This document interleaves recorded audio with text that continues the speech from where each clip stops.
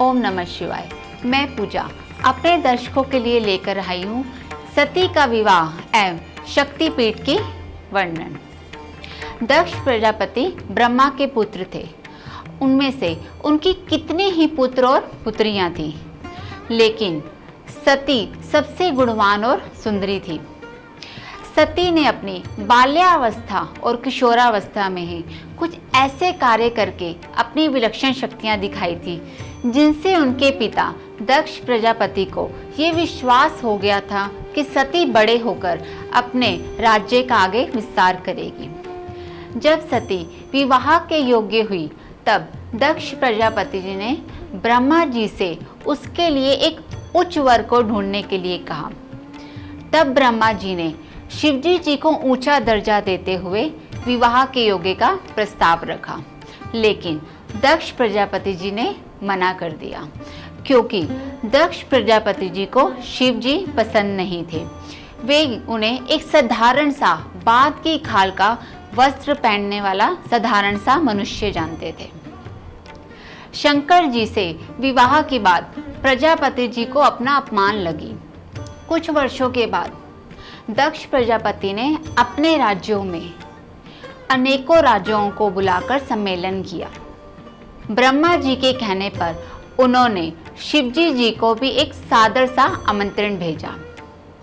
जब सम्मेलन में वही बड़े राजाएं दक्ष प्रजापति जी के सामने आए, तो उन्होंने सिर झुकाकर दक्ष प्रजापति को सम्मानित किया, लेकिन शिवजी अपनी जगह पर ही खड़े रहे, जो दक्ष प्रजापति जी को अच्छा नहीं लगा और वो बहुत क्रोधित हुए।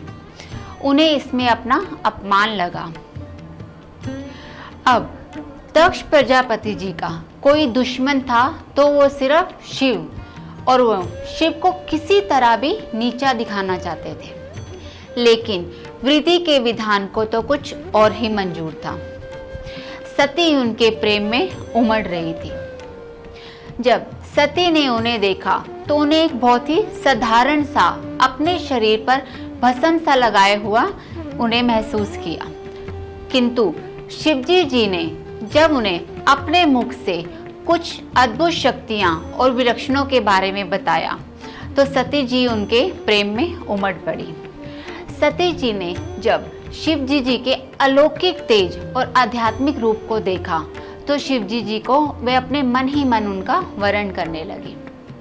दक्ष प्रजापति जी को जब इस बात का ज्ञात हुआ, तो उन्होंने सती को समझाया कि वह एक तो साधारण सा भस्म लगाने वाला है और ऊपर से बांध की खाल के वस्त्र पहनता है, लेकिन सती जी ने अपने पिता दक्ष प्रजापति की बात नहीं मानी।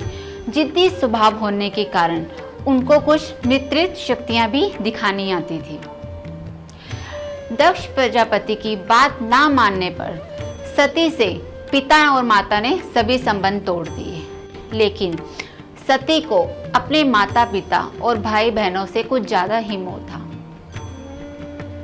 कुछ वर्ष के पश्चात जब दक्ष प्रजापति जी ने अपने राज्य में एक बड़ा सा अनुष्ठान करने के बारे में सोचा, उन्होंने बड़े बड़े ऋषि मुनियों, राजाओं सभी को आमंत्रित किया, लेकिन उन्होंने शिव को आमंत्रित नहीं किया, क्योंकि वह शिव को नीचा दिखाना चाहते थे। इस अनुष्ठान के बारे में जब सती को पता चला, तो उन्होंने शिवजी से वहां जाने की आज्ञा मांगी, जो कि शिवजी जी ने उन्हें जाने से मना कर दिया।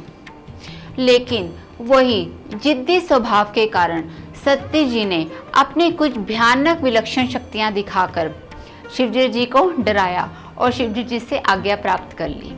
लेकिन शिवजी जी ने जाने से पहले सती को समझाया कि जिस प्रेम में उमड़कर तुम वहां पर जा रही हो और जो तुम सोच रही हो कि तुम्हें वहां पर वही प्रेम और अपनापन मिलेगा, तो यह गलत है।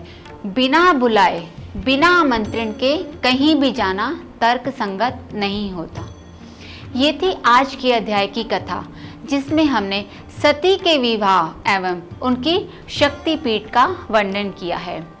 आज का अध्याय हम शिव गायत्री मंत्र के साथ समाप्त करेंगे। ओम तत्पुरुषाय विद्महे महादेवाय धीमहि तन्नो रुद्र प्रचोदयात्।